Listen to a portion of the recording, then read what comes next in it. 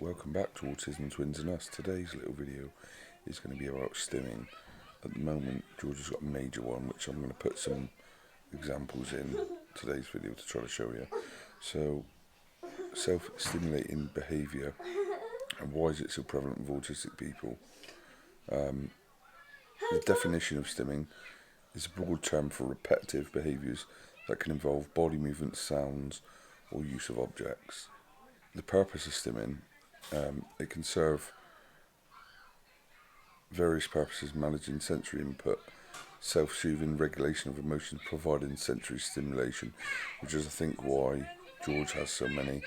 And at the moment, this sniffing, snorting one is like a major one. Examples of common behaviours include hand flapping, rocking, spinning, which you've seen hundreds of times, vocalisations like humming or repeating sounds and noises, sensory seeking behaviours like licking and sniffing.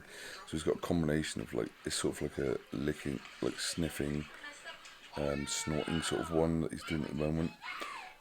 While many people with autism stim to some degree, individuals with autism may rely on stimming frequently and more intense ways to cope with sensory overload, anxiety or emotional regulation.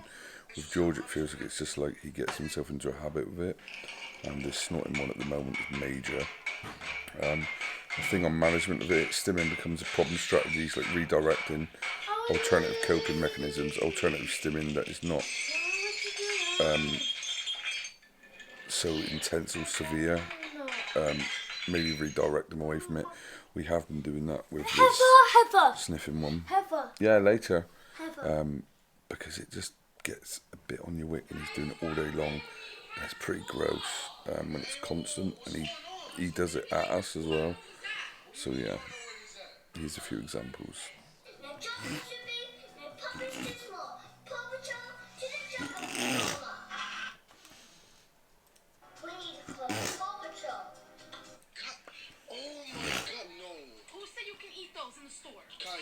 No. So you taught him this? No, I didn't. Before we pay? Man, don't blame me for this. Give me that. Hey. So that's where he's been the whole time, right? Before we pay? Man, don't blame me for this.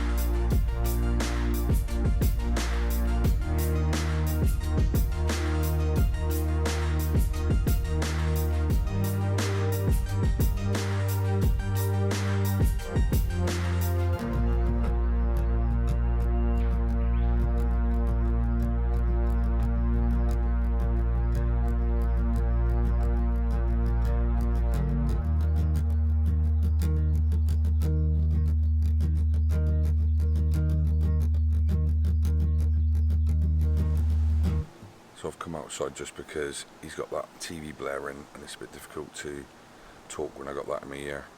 It's a little bit windy out here, so I don't know if you can hear me. So yeah, stimming, for us it's not that much of a big problem. His spinning's constant, which is his main one. Hand flapping he's never really done, which is very prevalent in a lot of autistic people. Matthew does have some stims as well, noises mainly, and The sniffing one is a little bit irritating because it's constant, it's all day long, and if you tell him to stop doing it, just because it wears a bit thin after you've been listening to it for 6 or 7 hours, it seems to edge him on to do it more.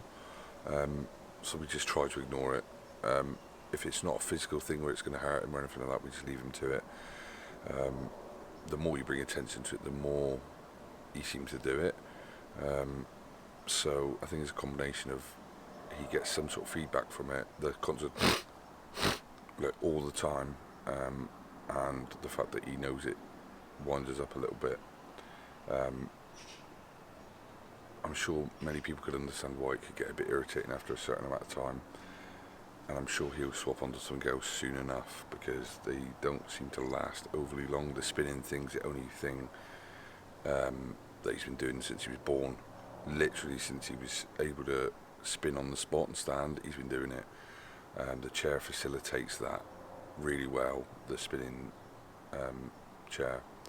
So yeah, in the past he had a spinning egg chair from IKEA that really did well for a number of years, but then we had to progress to that platform because he was too big for the other thing.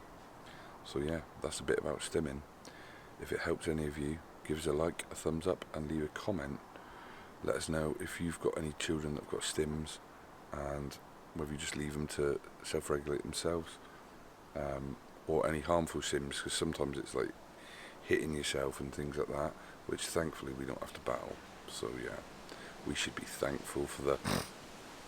We'll catch you later. Bye for now.